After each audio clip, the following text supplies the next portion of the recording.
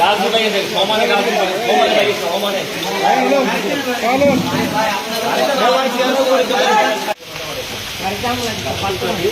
সমানে মানে কাঙ্গুর মতো মারছে সমানে।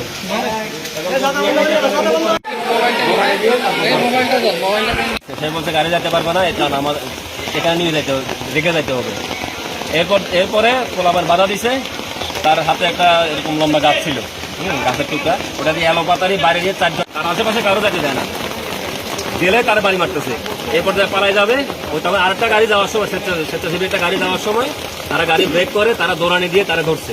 আচ্ছা, ধরছে এবং আমরা আর্মির কাছে পছন্দ করছি। আচ্ছা, আপনার নামটা, পুরো নামটা? মেহেদি হাসান রিজভী, আমি বিএম বাহিনীর স্টাফ।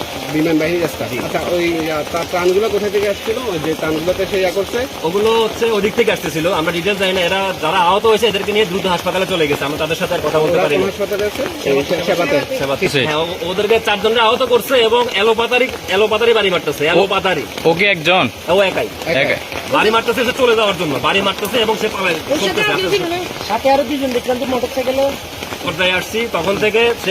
তখন মানে আমার নিজের প্রত্যক্ষদর্শী, আমি নিজে দেখা সে এলোপাতারি বাড়ি মারতেছে এতটুকু। এই যে আপনার যে সিরানো কাঠ যেগুলা, হ্যাঁ সমেলের সিরানো কাঠ যেগুলা, এগুলা ধারালো কাঠ, যেখানে বাড়ি মারতেছে ওখানে ফাটতেছে।